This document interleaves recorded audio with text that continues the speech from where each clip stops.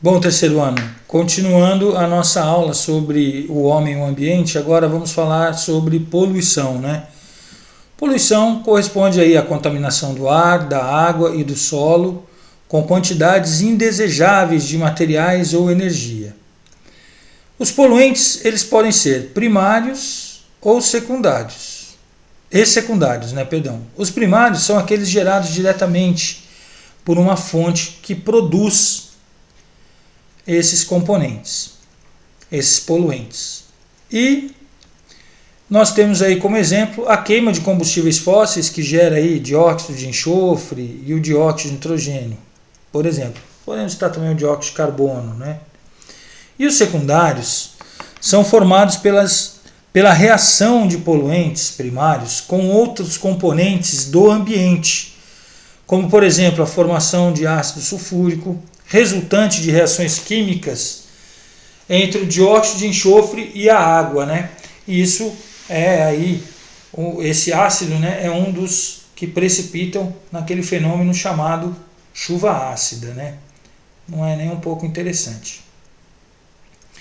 Segundo problema em relação à poluição, o lixo. Nossa, galera, esse é um problema sério. Todo mundo se preocupa com ele, mas às vezes comete algumas gafes que deixam a desejar, como por exemplo, até separar o lixo, mas ter alta produtividade dele, né? Isso acontece em vários locais. Então, primeiro a gente começa aí falando do lixo com a triagem, né? Que é a separação dos componentes do lixo. Então, vamos separar aqueles que podem ser reutilizados, daqueles que podem ser reciclados e dos orgânicos. Os problemas do lixo não tratado são muito sérios. Olha só, contaminação da água. Poxa vida, um lixo em decomposição a céu aberto, ele pode infiltrar, ele vai infiltrar no solo, vai contaminar lençóis freáticos e assim por diante.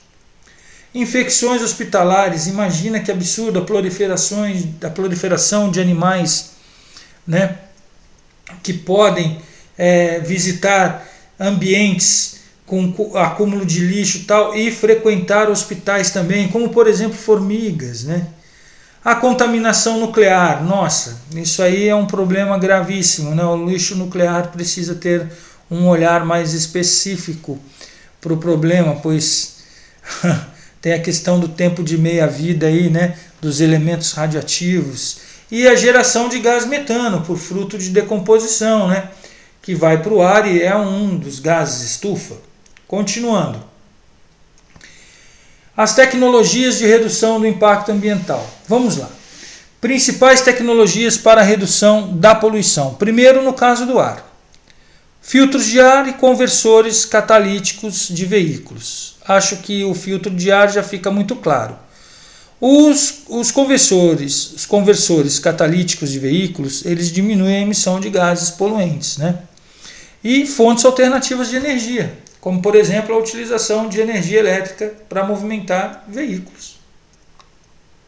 Em questão da água, desenvolver aí as tecnologias de cultivos hidropônicos de plantas, né, de vegetais aqui na agricultura também, o tratamento de esgoto e de lixo, né, o lixo sendo aí destinado da melhor forma para um aterro sanitário, né, tendo a reutilização e a reciclagem, né, tendo um aproveitamento melhor, e também a utilização de adubos orgânicos e rotação de culturas, que são fundamentais aí também para a manutenção da qualidade da água. Os impactos ambientais e o desenvolvimento sustentável, isso é uma questão complicada, né? A gente vira e mexe, escuta aí na TV falando sobre desenvolvimento sustentável, economia e tal. Então, vamos falar rapidamente sobre o tema. As atividades humanas, elas podem alterar o equilíbrio do ambiente. Segundo uma hipótese conhecida como hipótese de Gaia, de James e Lynn, de 1970, o planeta seria um grande organismo que se mantém em equilíbrio com a interferência dos seres vivos. Mas ele acaba tendo reações aí para a manutenção desse equilíbrio, né? Então, o planeta regula sua estrutura e sua composição mediante ao que vai acontecendo aí de interferência dos seres vivos, ok? Nos ambientes. A importância da biodiversidade para a gente é uma questão a ser muito discutida, né, moçada? Por quê? A comunidade ela vai contribuir muito para a manutenção de recursos naturais e da biodiversidade. Os aspectos econômicos da biodiversidade são muito relevantes. Nós temos ali, por exemplo, fonte de alimentos, fontes de substâncias químicas que são utilizadas, já são utilizadas, por exemplo, na produção de alguns medicamentos. A biodiversidade ela promove um fluxo de energia e de matéria no ambiente. Isso se reflete também em melhorar o rendimento de solo para exploração de áreas produtivas, etc. Em termos de aspecto ético da biodiversidade, primeiro de tudo, respeito à vida. Hoje é uma coisa que a gente reflete muito pouco, mas eu tenho um recado. Um ser vivo pode ser frágil. A vida é forte, por isso precisamos respeitá-la. Entenderam? E a beleza da natureza, né, que é muito melhor a gente levar nas nossas memórias ou em fotos do que levando um animal para dentro de uma gaiola ou para dentro aí de um confinamento, né? E seus efeitos favoráveis aos seres humanos, né? Porque a gente consegue, vamos dizer assim, deslumbrarmos com a beleza da natureza.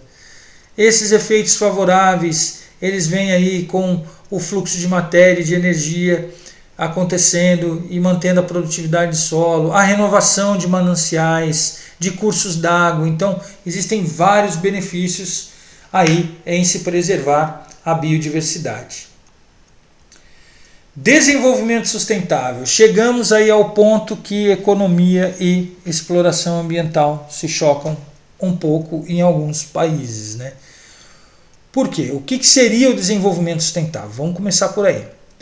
Seria utilizarmos os recursos naturais permitindo o bem-estar da população atual sem comprometer a qualidade de vida das próximas gerações, preservando assim a biodiversidade e os recursos naturais. Isso é desenvolvimento sustentável.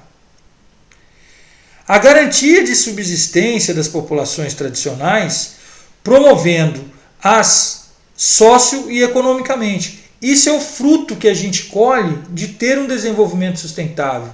Mas eu vou além um pouquinho aqui. Desculpa se eu fugir um pouco da aula da biologia aí. Desenvolvimento sustentável, a gente tem que pensar em vários campos, né? Não só assim biológico, mas ecológico, como no sentido da ciência ecologia, né?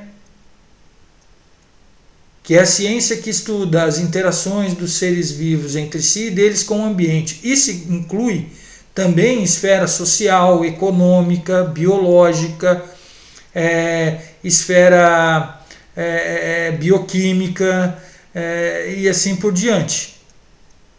Hidrologia, né? E assim vai. Então, o conceito de desenvolvimento sustentável ele tem que ser muito bem refletido porque é bem amplo o sistema. A pegada ecológica é algo que a gente deve praticar, né? Primeiro vamos lá, qual é o conceito? A área de território, vamos lá em hectares, utilizadas para atender às necessidades de uma sociedade ou de um indivíduo. Quais são os componentes aí na pegada ecológica? Consumo, processamento de resíduos gerados, interação com outras espécies, e aí nós temos a utilidade, né? Contribuir para o desenvolvimento sustentável da humanidade, seguindo esses componentes, refletindo sobre eles, né? Refletindo sobre o nosso consumo. Será que eu realmente preciso consumir tanto assim? O processamento de resíduos que nós geramos na nossa produtividade, como que nós podemos fazer e deixar como registro para que as próximas gerações não sejam afetadas? E a interação com outras espécies, como que eu, com o meu desenvolvimento tecnológico, estou interagindo com as outras espécies? Que prejuízo eu estou trazendo, né? Então, vamos seguir aí a pegada ecológica e refletir muito sobre os componentes por conta da utilidade que nós temos no desenvolvimento sustentável. Moçada, até a próxima aula e a gente termina por aqui. Falou!